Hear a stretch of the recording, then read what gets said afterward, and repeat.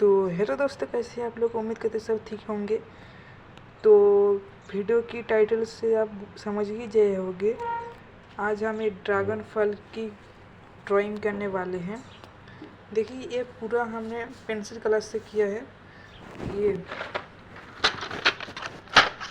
ये कलर से ये मुझे पूरा 100 की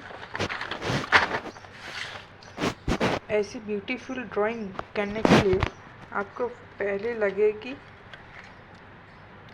मैकेनिकल पेंसिल, इरेजर और कलर। एक लॉन्ग वीडियो आने वाला है जल्दी। मैं आपको बताने जा रहा हूँ कि कैसे आप ये ब्यूटीफुल ड्राइंग कर सकते हैं। सो वीडियो के लिए वेट करना। तब तक के लिए बाय बाय, टेक केयर।